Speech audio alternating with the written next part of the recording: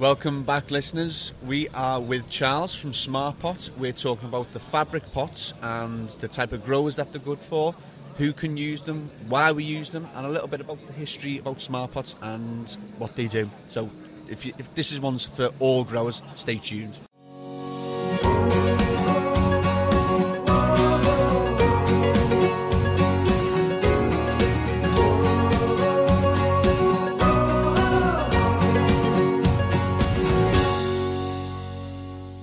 Welcome to the show, Charles. How are you? I'm good. Thanks for having me. How are you finding the show? The show is good. It's always nice to get in front of our customers and the end users and talk to them and answer questions and get to know everybody. So yeah, it's a good really time. Good to see you. It is an honour to have you at the show. Thank you. Tell us a little bit about the history about SmartPot and why did you make the product? Our growers, they say plastic pots, it works. I've been using it for years. Why change? What would your answer be to all that? Well, that's a good point. People have been using plastic pots for a long time, and many growers have been successful for a long time with plastic pots. The history of the company is pretty neat. The company started in 1984. I've been with the company since 2000, and in 1984, the founder retired from a couple different industries and wanted to do something in his retirement, so he decided to grow some trees. But Ralph was a very smart man. He's passed away now, and he couldn't just grow tree like everybody else does. So he started playing with fabrics, trying to figure out a way to control the roots if he could. He didn't know about pruning really, but he was really trying to contain the roots. And his research, and what happened was he ended up creating the SmartPot.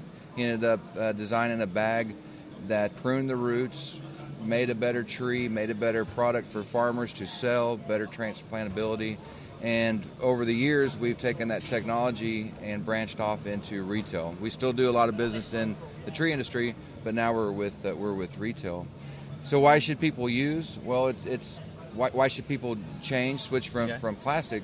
Is because you're going to get a better growth with a SmartPot. Guaranteed. We've had university studies in the U.S. We've worked with universities in Texas and New Hampshire, but they've proven that growing in a SmartPot versus a plastic container, you're going to get a better growth.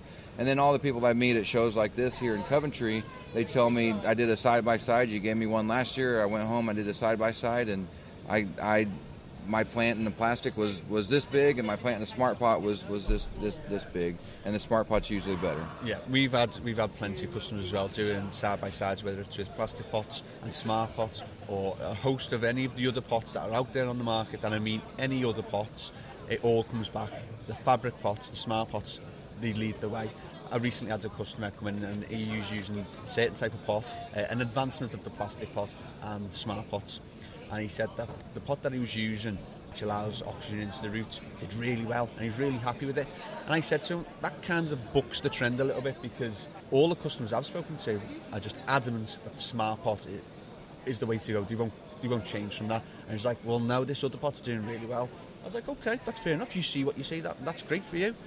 He came back in 2 weeks ago. He said, I need to change my opinion. The SmartPots have suddenly just gone mental. They've caught up. They've gone past these other pots. So yeah, I'm back in trend. I'm back in line with everyone else. And the SmartPots have ruled. And he's very, very happy with them. He can see the difference massively. You don't have to. You all know, the listeners, that I'm big onto the science and the rigour of scientific testing. You don't really have to be that rigorous with SmartPots. You can literally just put them side by side and you'll instantly see the difference. And Charles mentioned about root pruning. Tell us a little bit more about the root pruning. What is it, and what does it mean? Well, when you grow in a plastic container, this is something that everybody will recognize.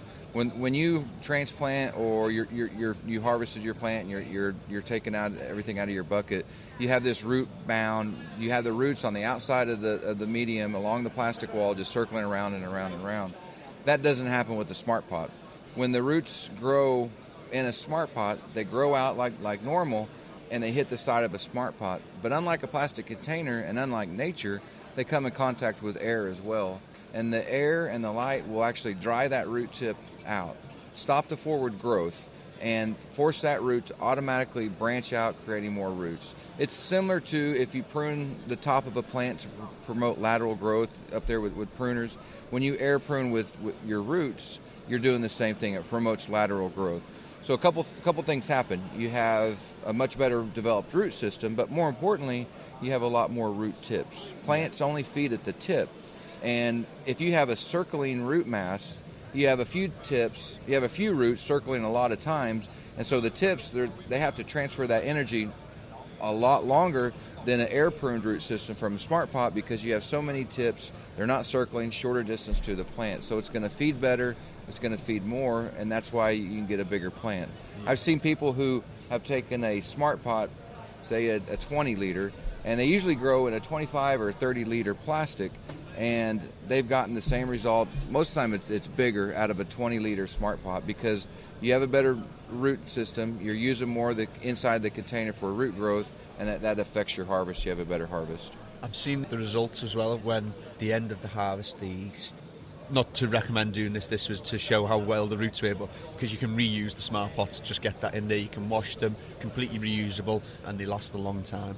But for an example purposes, I think there's something on YouTube where you finish the end product and you cut down the smart pot and you pull the stem out, and the root mass and the root ball, all the cocoa was still attached. It didn't just flake off. Right. And I'm literally talking that this root ball was solid because the roots had just interwoven and just searched everywhere. It was just an absolute massive roots and root tips, and it was just looked really, really healthy, nice and white, hairy. Root porn. It's exactly what it is. I know if Carlos is listening, he loves that word. Carlos Aguila, he got me onto the term root porn, and he hashtags it every time I send him some pictures. And Smart Pot, it's a great example of root porn. That's a good way to put it. Now, is there anything different now that the customers are going to be all switching to Smart Pots, obviously?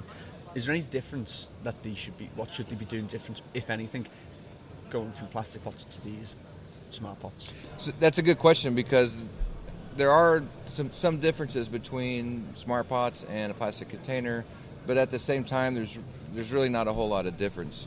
But there's some little things. For example, I was talking to a gentleman today who said that he still has a hard time switching from plastic to smart pots. He prefers the plastic, and of course I asked him why, and he said, well, because I like the way I can handle the plastic. And he basically showed me how he handles his plastic when he moves his plants from one area to another. He's really rough on them, and you can't do that with the smart pot.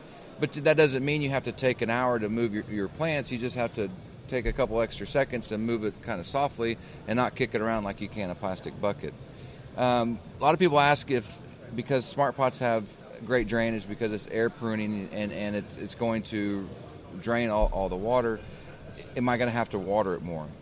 And my answer is, if you are going to use the same mix that you have with the plastic, absolutely yes. Because a mix that's designed to go in a plastic container is designed for drainage. It has a lot of perlite, or it has a lot of, in the U.S., they use wood chips. I mean, they have a lot of properties in that mix, so you get air in there and you also get great drainage. And if you put that in a smart pot, yeah, you're gonna have to water it more often than you did in that plastic. But if you use a better mix, if you use a mix with more cocoa or more compost or worm castings, then you could probably water it as normal. Yeah. With the smart pot, you can use a heavier, more water retentive mix, which is, I think, better for the plant. More nutrient-rich mix. Awesome. Now, something that I ask all of the guests on our show, what is your top tip for just one? If you had to give one tip to all the listeners, what would it be for growing healthy, succulent plants with vitality? That's a tough question. That's a really tough question. If I had one tip for growing great plants, it would be use a smart pot. Yeah. Within that, if you are using smart pots, if it was one tip, I would say grow outside when you can. Yeah. It's plants like to be outside. Now, this is a good point. Plants have evolved over billions of years to be outside, and they've evolved to harness the sun's energy and all sorts. And also, it's great to get outside.